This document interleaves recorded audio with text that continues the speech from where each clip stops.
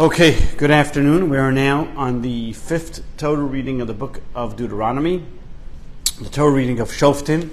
We are also now the day before the beginning of the month of Elul. Tomorrow is Rosh Chodesh Elul, which begins the month, the 30 days before Rosh Hashanah and Yom Kippur, the high holy days.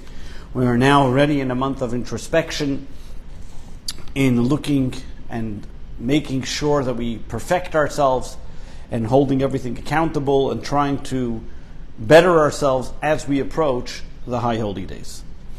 They say a story that once there was a big announcement that they were making a new competition, a championship of who can climb the most stairs, a sport of who can climb the most stairs. And the athlete that's going to climb the most stairs in this building and will reach to the 100th floor, he will be the champion of this unbelievable prize that they're going to be giving.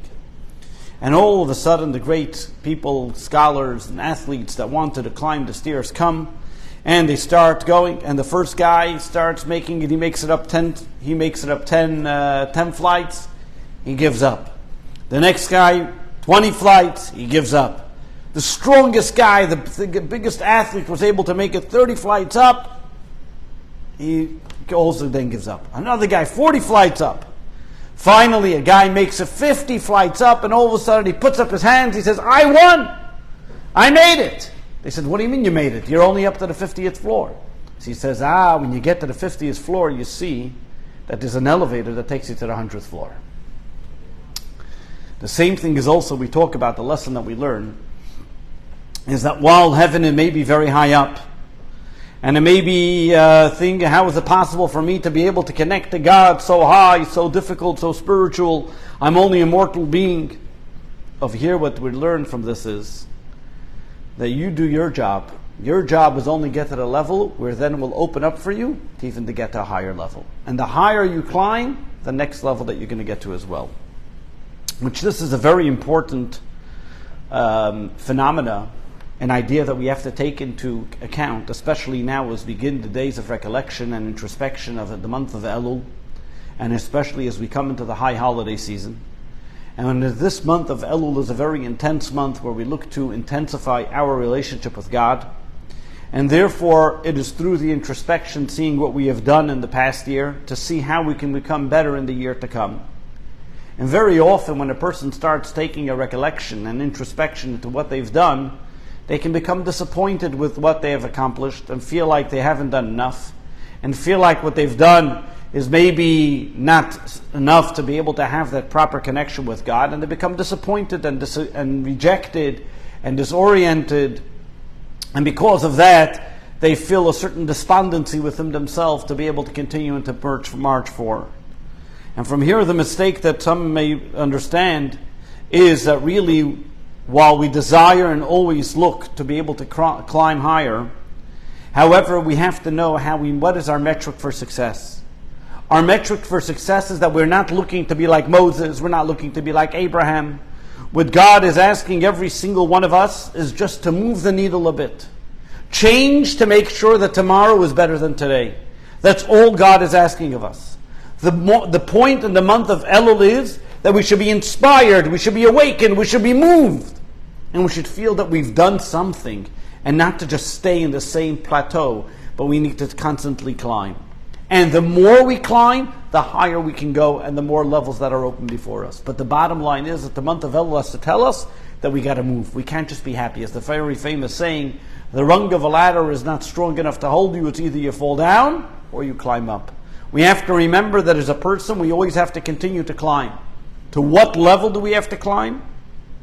Is every person according to his own level. As Reb Zusha Vanipali used to famously say, when you come above and they judge you, they're not going to ask you, why weren't you like Abraham, why weren't you like Moshe? They're going to ask you, Zusha, why weren't you like Zusha? They're going to ask you, every single individual, why didn't you live up to your potential? And when we stand in the month of Elul, our introspection and recollection of the year past has to be in such that is going to give us an appreciation and say how we as individuals in the level that we're at, how did we climb, how did we do better, and how did we overcome the challenges that are there before us. We see this in the opening statement of Code of Jewish Law, When Code of Jewish Law tells us about the laws pertaining the month of Elul, and the laws pertaining of how it comes about the opportunities of preparing ourselves for the high holy days, it tells us as follows. And the Torah, which is one of the first codifiers of Jewish law, says the following statement: that it is taught in the discussions and the teachings of Rabbi Eliezer that on the first of Elul, God tells Moses to come up to Mount Sinai to get the second set of tablets, and they make a sound of the shofar when Moshe goes up to the mountain, so that the people should make sure not to sin again with idolatry like they did the first time. Because of this, today, we sound the shofar during the month of Elul, to remind people to repent, as well as to confuse the Satan. So the Torah, which is the codifier of Jewish law, begins the laws of the month of Elul and of Rosh Hashanah by mentioning this medrash of Rabbi Eliezer, this commentator of Rabbi Eliezer, explaining why we sound the shofar, and he gives 2 reasons of sounding the shofar, 3 reasons. Number 1, because that's when Moses went up on Mount Sinai, and to remind the people at the time that they should not serve idolatry. Number 2, to inspire us to do Teshuva, to repent and return to God. And number 3, to confuse the Satan. So while the last two explanations and reasons are very well known, that we do it either to inspire us to repent and to return to God, and to confuse the Satan. However, what's the first reason that the Code of Jewish Law is mentioning? He is mentioning an historic episode that when Moses went up on Mount Sinai for the second time to get the second set of tablets, all of a sudden then they had to sound the shofar so that the people should not sin with idolatry. Why does the Torah have to tell us a story, an episode that happened thousands of years ago? We know that he's a codifier of Jewish law. He's not a history book. There must be a reason of why he has to tell us this episode of Moses going up to Mount Sinai. And he doesn't just stick to the 2 general reasons, which is about the inspiration for Jews to repent and to confuse the Satan. The Mishnah, interestingly enough, Mishnah, which is the basis of the oral law, codified and made together and put and compiled by Rabbi Yehuda Nasi right after the destruction of the Second Temple. And the beginning of the basis of the oral law begins with a following statement, also by the same person, Rabbi Eliezer. From when does one read the Shema? From when the Kohanim start to eat their Truma. These are the words of Rabbi Eliezer. Why over here? The laws pertaining to high holidays. And the first Mishnah, the first essay, the first paragraph that talks about an oral law, both from this individual by the name of Rabbi Eliezer.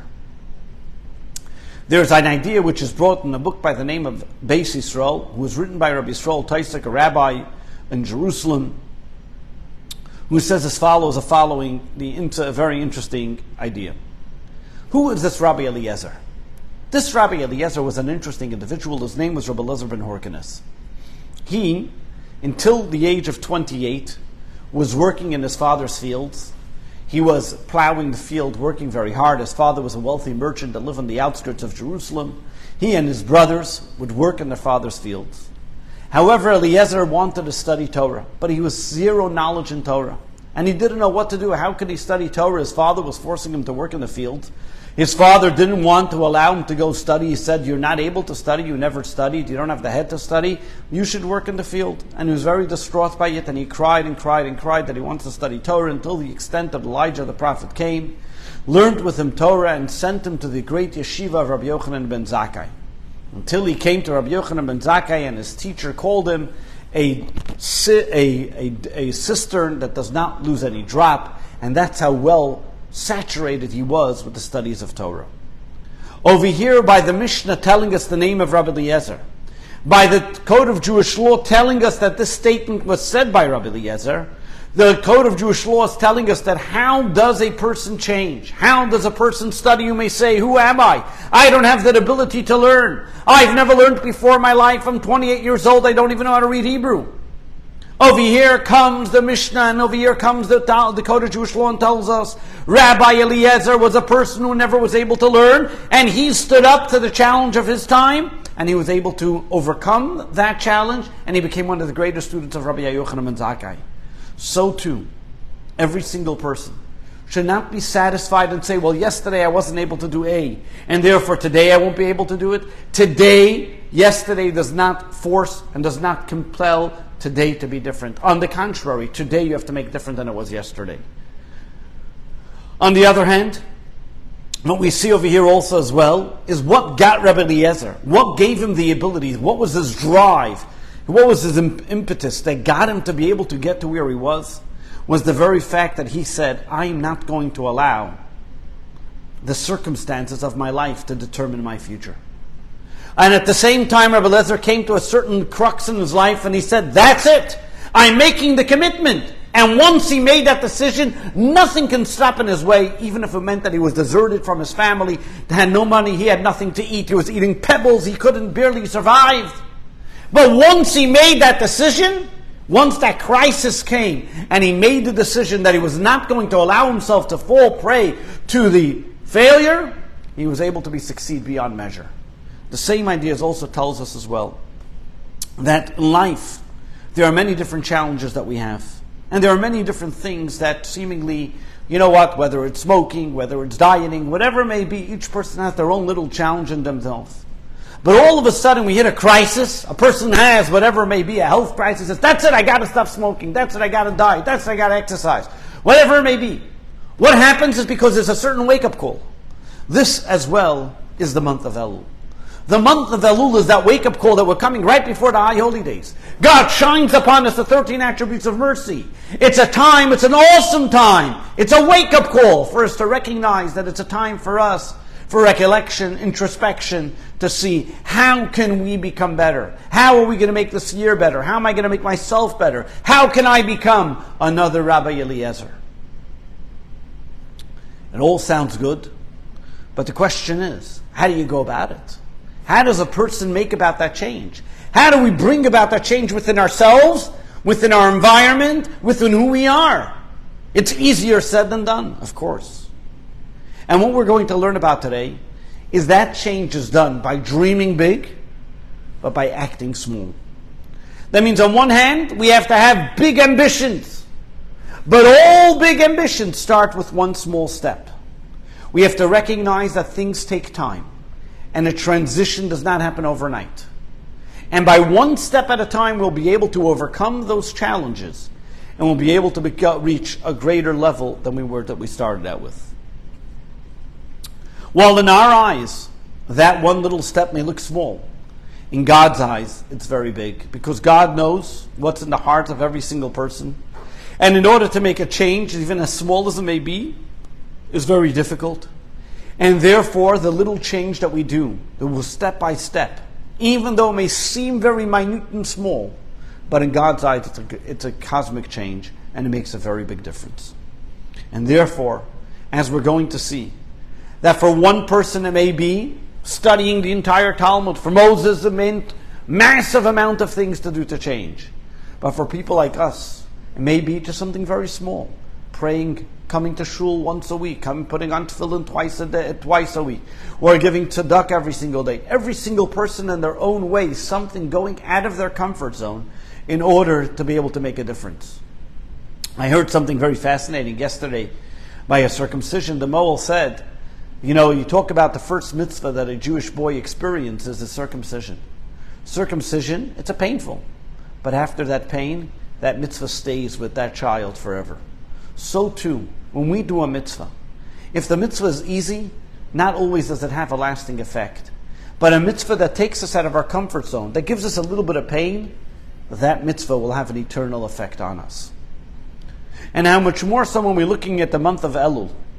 Elul is not about how clean you became, how great you are.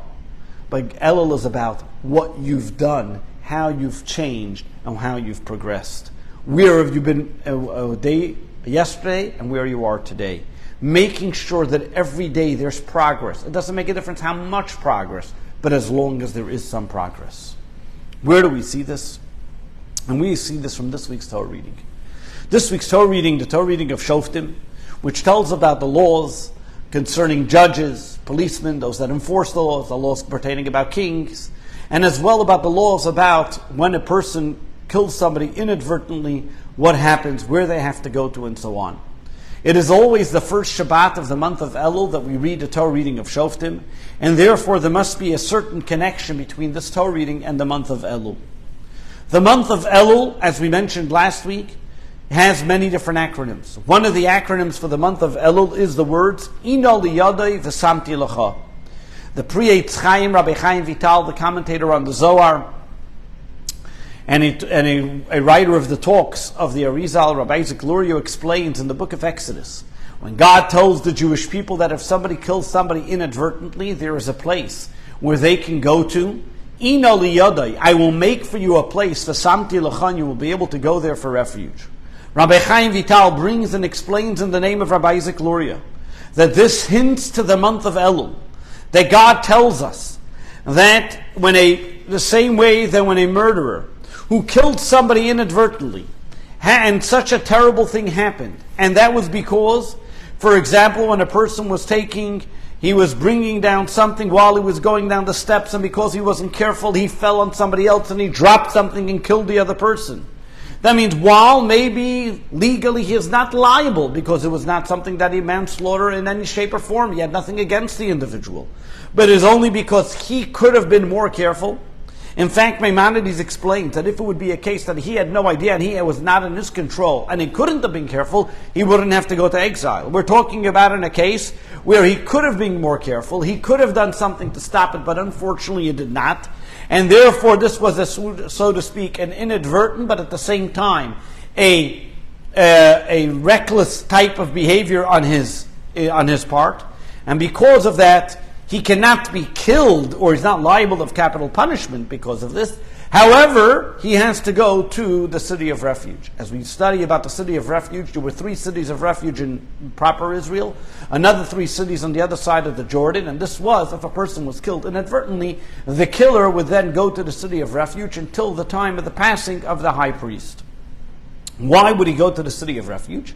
So the Talmud explains and gives a few reasons. Number 1 is because this person technically should be liable to the death penalty.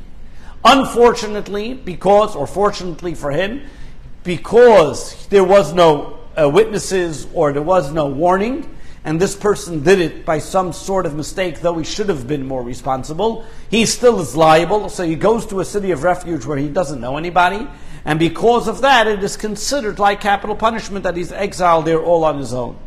Another reason is because we are concerned that if the individual who he killed, because now we allow the relatives of the murdered to go and take revenge on this individual, by him being in the city of refuge, number 1, it protects him from the family. Number 2, it doesn't enrage the family so they don't see him around, and he is separate from everybody else. So what we see over here is, we look at the concept of exile that a Jewish person has to go to if you inadvertently killed somebody.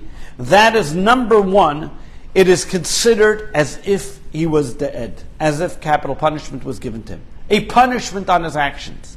Besides that, it protects him. And number 2, it allows the individual to reflect on what he has done to be able to come to the proper repentance. Over here, Rabbi Chaim Vital tells us, Kabbalistically, Elul is that month. Elul teaches us that we, the Jewish people, have a place to run to. We have a place that we are able to go to get away from the distractions of the world and allow ourselves to be connected to God. What does this mean?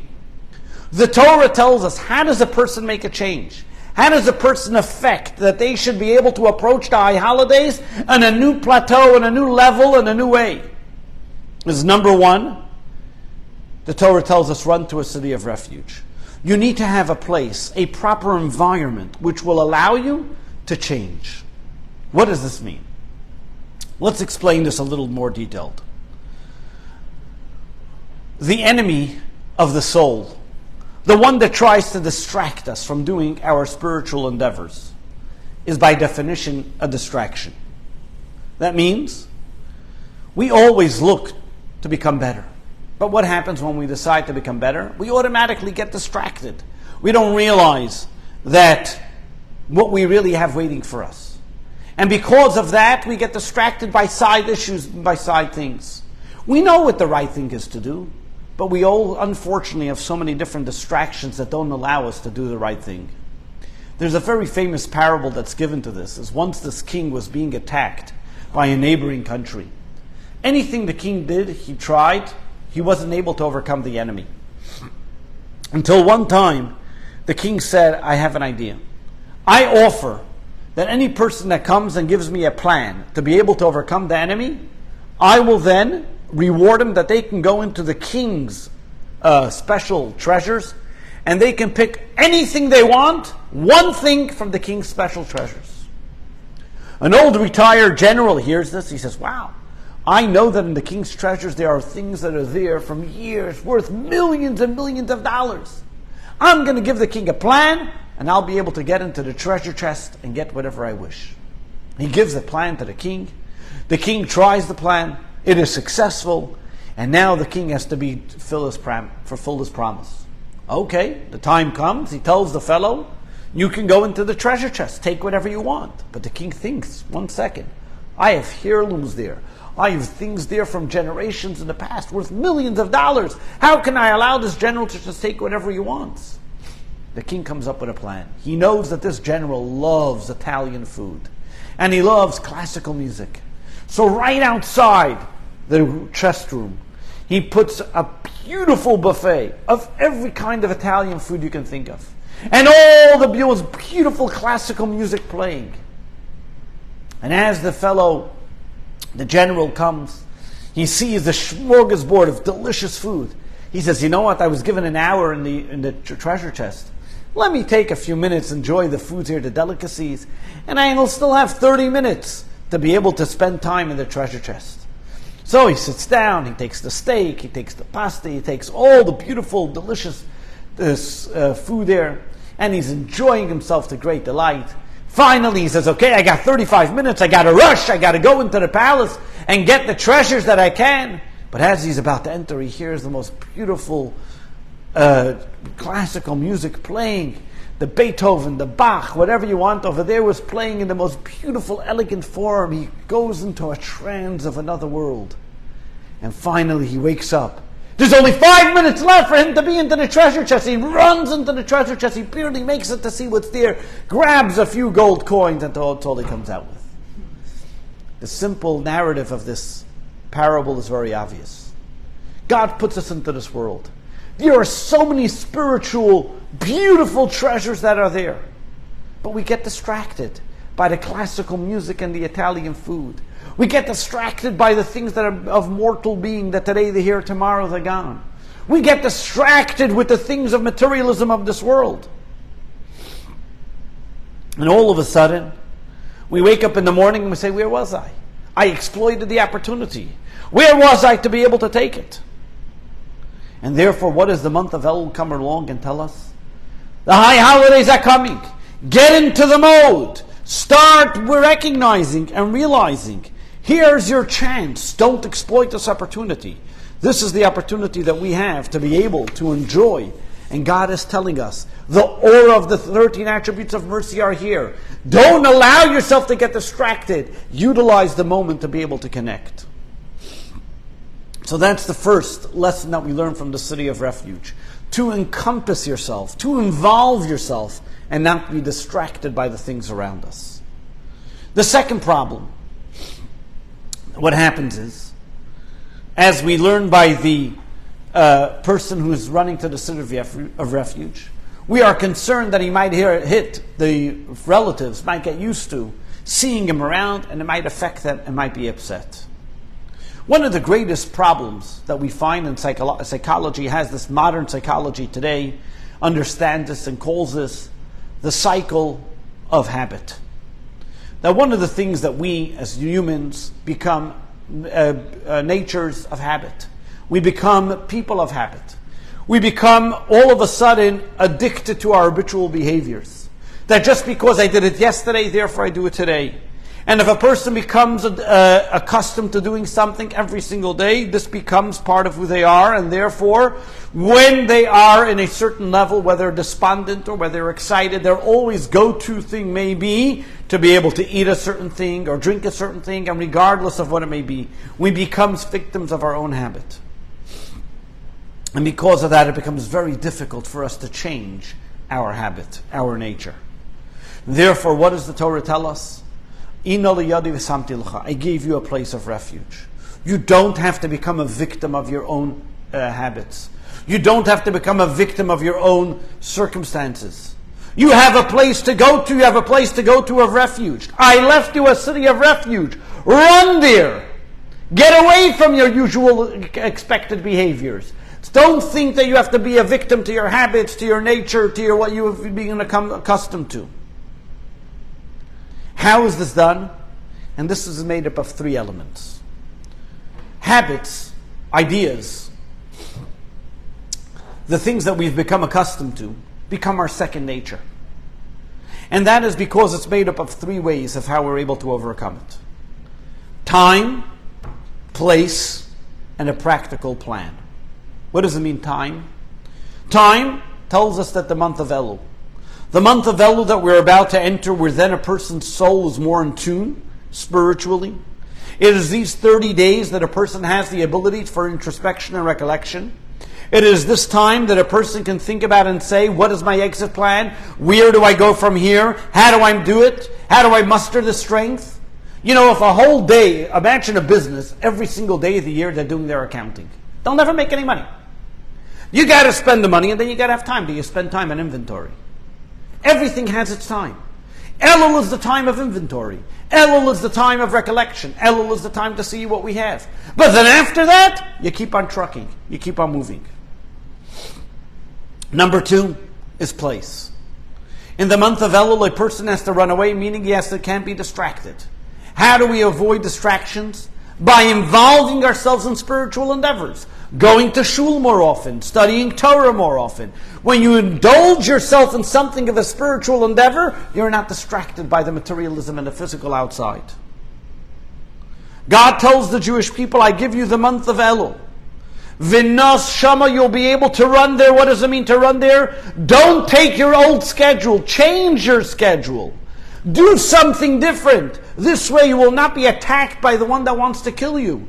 Because you're going to be in a different environment. You're going to be in a different schedule. They won't be accustomed to what you're used to. This way you'll be able to overcome the challenges that are around you. What's the most important thing? That when a person runs to a place, you're running away, but where you're running to? You have to know that you run to the right place. A person has to know that they're running to a place that's going to be beneficial for them, an environment that's going to be conducive for them. As we see this in the 4th chapter of Ethics of Our Fathers, there's a rabbi there by the name of Rab Nahiroi who says the following: one should exile himself to a place of the study of Torah. That's a very nice statement. But who is this Rabbi Nahiroi? We don't find anywhere in the Talmud that a rabbi gave a son by the name Nahiroi. We don't find this name anywhere else in the Talmud. Who is this person? And the Talmud tells us that this individual was a person by the name of Rabbi Elazar ben Aruch. And the reason why he was called Rabbi Nahiroi was because he enlightened the sages in Jewish law. To the extent that the Talmud, the Ethics of Our Fathers, tells us how great was this Rabbi Elazar ben Aruch. The Rabbi Yochanan ben Zakkai, the teacher, his teacher said that if I would put all my students on a scale, and they would all be on one, and Rabbi Elazar ben Aruch would be on the other, he would outweigh them. He was a scholar of scholars. He was a brilliant individual. And he was one who enlightened people with his words of Torah. And he comes along and tells us, you know the importance of how you're able to excel in the study of Torah? You know how you're going to be able to overcome the challenges and the distractions? It's if you exile yourself, you go to a place, your place where you are is going to determine how you behave. The place of an individual is conducive to how an individual behaves. Why is that? And the Talmud tells us a fascinating story. After the passing of Rabbi Yochanan ben Zakkai, there was great discussion who should be the one to take the place as the leader of the school. And everybody thought that maybe, at least Rabbi Elazar ben Arach thought, that he should be the one that should take over his teacher. In fact, if his teacher said that if he would be on one side of the scale and they would all be on the other side, he would be the one that would weigh them. So he technically, thinking to himself, he said, I should be the one that should become the rabbi now that Rabbi Yochanan ben Zakkai has passed away. However, his friends and colleagues did not think that he should be the successor. He was upset by this. He knew how great his talents were, but he was upset by the very fact that they would not elect him and make him the leader of the yeshiva in succession of Rabbi Yochanan ben Zakkai. Because of that, he was upset. And when you're upset, who does he talk to? His wife. And his wife told him, in all sincerity, she said, who has to come to whom? The mice to the food, or the food to the mice? She said, generally the mice have to come to the food. What does that mean? She was telling him. Clearly, the students who are less great as you are the ones that have to come to you and nominate you. You should not impose yourself on them. Rabbi Eliezer was upset about this because nobody was coming to him. He decided he's going to leave the city of Yavne, which where all the great sages lived, and move to a city called Demusis. Demusis was a city which was a luxury city, a suburb. It was nice sun, gardens, good cheese and wine.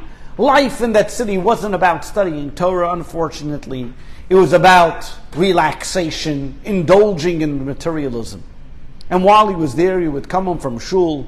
He would get invited by his neighbors to come drink some wine, and of course he wasn't rushing to the yeshiva. So he took his time and he was indulging into the materialistic pleasures of the world.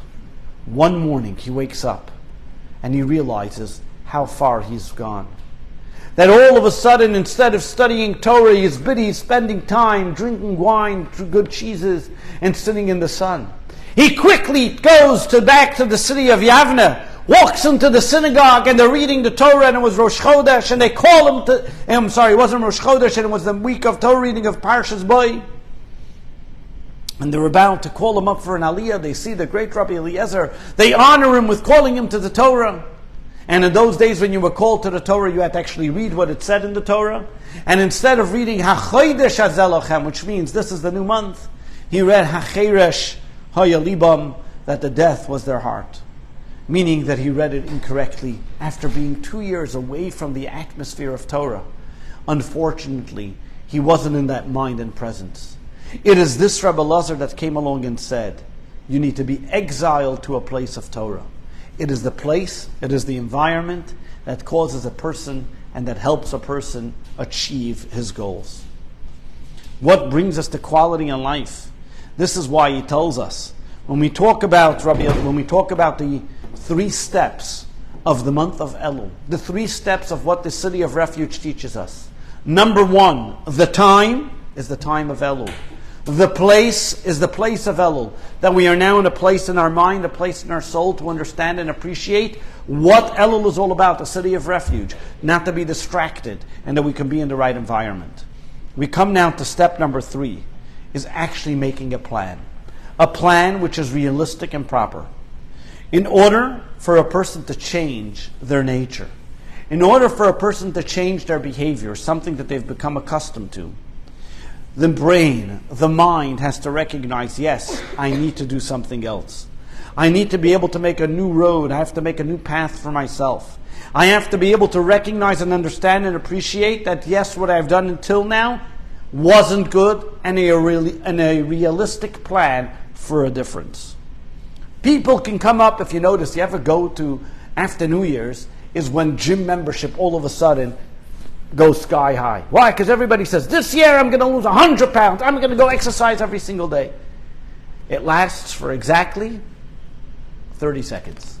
They make the plan. They sign up for the membership. They say if a gym would have all the people that signed up for membership come, there wouldn't be any place in the parking lot. Because people don't show up. They sign up, they have good intentions. On New Year's they're going to change and have all the wonderful resolutions, but it doesn't happen. Why? Because it's not realistic, it's not practical. The way to be able to go a practical way is, as we read in last week's Torah reading, when God said that He's going to take away the animals that are in the land of Israel before the Jewish people and the enemies, is la'at la'at, step by step. It has to be done in progression. And therefore, taking that one little step, all of a sudden builds. How do you build a building? It's not by pouring one big lump of cement, it's but brick by brick we're able to build that beautiful wall. So too as well, in order for a person to be able to make a real difference, it has to be done one step at a time.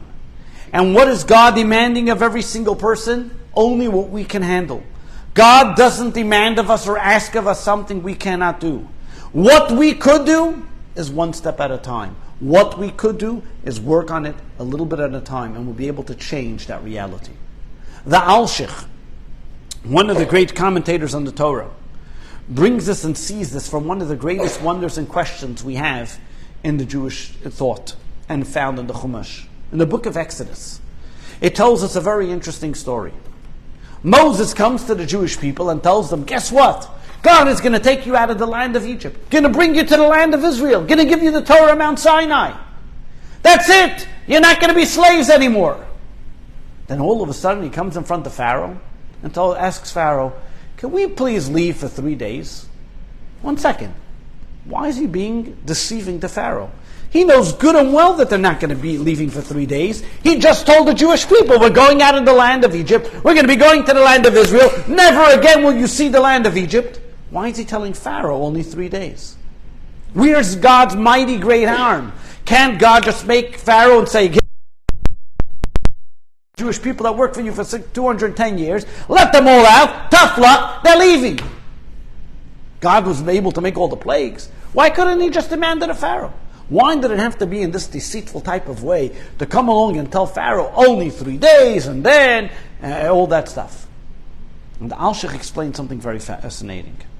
He says, because God only demands from somebody what they can handle, even from Pharaoh. If God would come along to Pharaoh, after having the Jewish people in Egypt for 210 years, 3 million people, and say, Pharaoh, tomorrow you got to let them go. Of course Pharaoh's going to say no. Why should he let them go?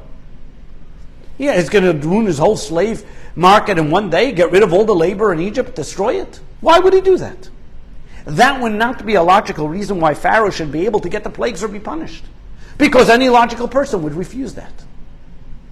And therefore, God would not be able to punish Pharaoh, so to speak, for refusing. Because it was something that beyond Pharaoh's ability to do.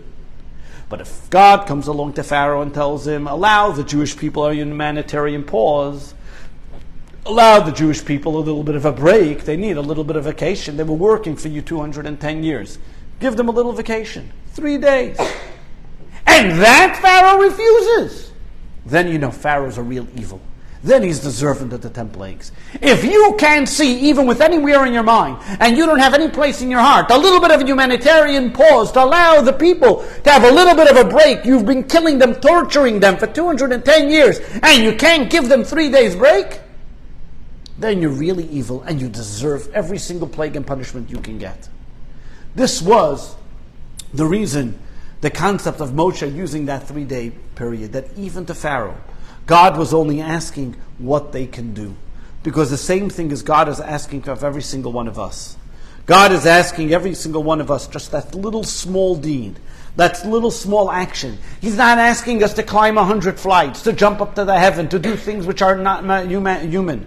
He is asking us, the Torah is about life. The Torah is about living in this world. The Torah is about challenges that every single one of us have, but we are able to overcome them, or else we would never have them. If you look about the Torah, and you look at the stories of the great people in the Torah, who does the Torah talk about? People who've had challenges. People who've had challenges, some of them even fell prey to their challenges, some of them even failed, but they were able to overcome them. They were able to stand up and become strong because of it. Think of it.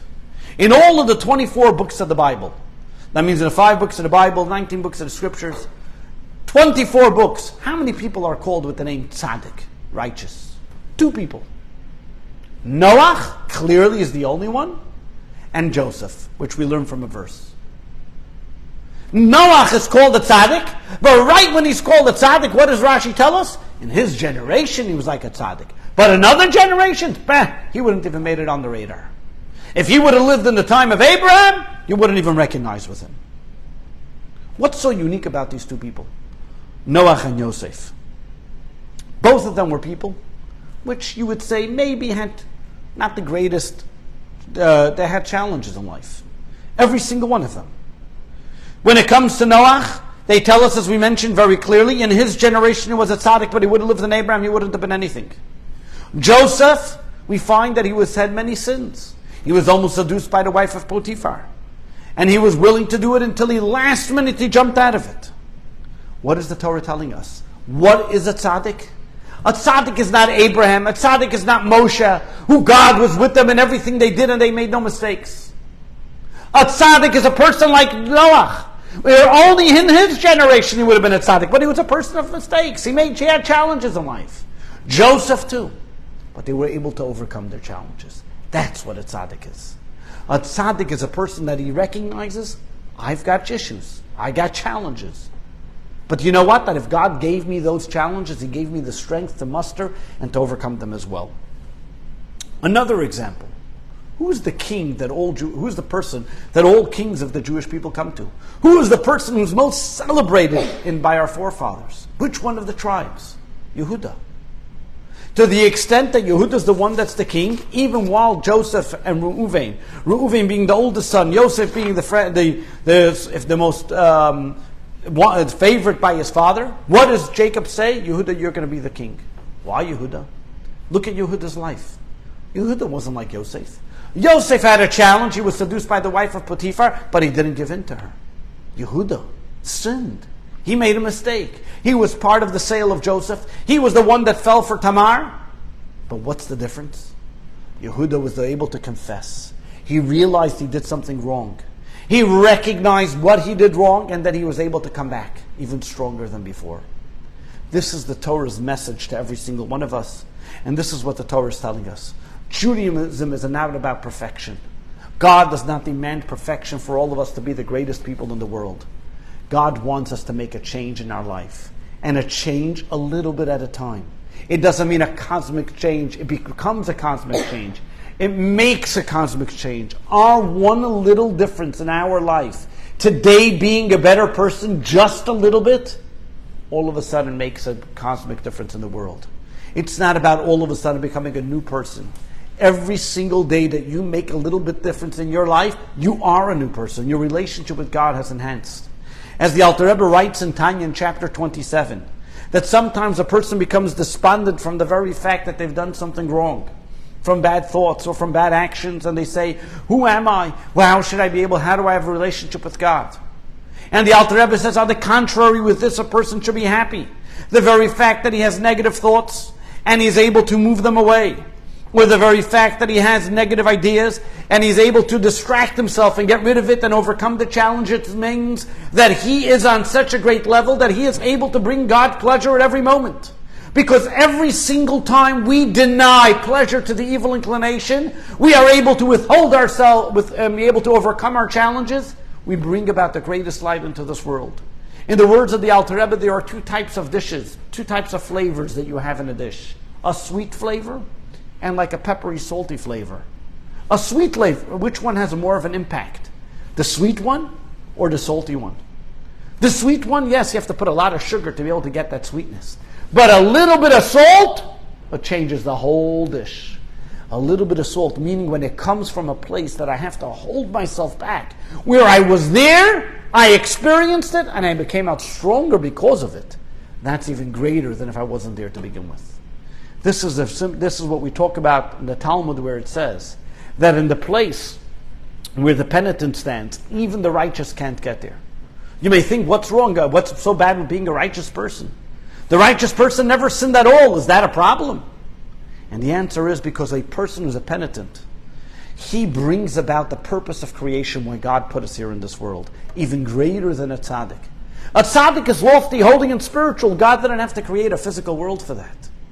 But the very fact that God created a physical world with material beings and challenges and tests and temptations, and we overcome them, then you know you've fulfilled God's purpose in this creation. They say a story. Once there was this merchant who comes to the wholesaler and he wants to buy material and he buys it on credit. The guy gives him credit, and hopefully next time when he sells his material he'll come back and he'll pay his bill. He comes a month later and he says, I need to buy more material, again on credit. The guy says, but you got to pay your bill. But he gives it to him. He comes a third time and he says, listen here, I can't give you credit again. So what does the merchant do? He gives him a little bit of cash. He pays up one bill and the guy says, fine, it's good doing business with you because you're taking a lot of stuff. I'll give you on credit as long as you're paying something. And what does he do? He even sometimes lets him go a little bit longer, a little bit shorter. But the bottom line is, as long as he pays something, the merchant is happy to do business with you. The same thing is also, God gives us credit throughout the year. God allows us to buy on credit, but He wants to see that we're doing something. We got to pay up a little bit. And here comes the month of Elul. The month of Elul tells us that you have this opportunity. Pay up a little bit. Do your part. Show God you care. Show God you're willing to take on the challenge and you're able to overcome the challenge. Because if God gave it to you, it means you can do it. Doesn't mean you have to do it all at once. But one little step. Just show up, and all of a sudden God will do the rest.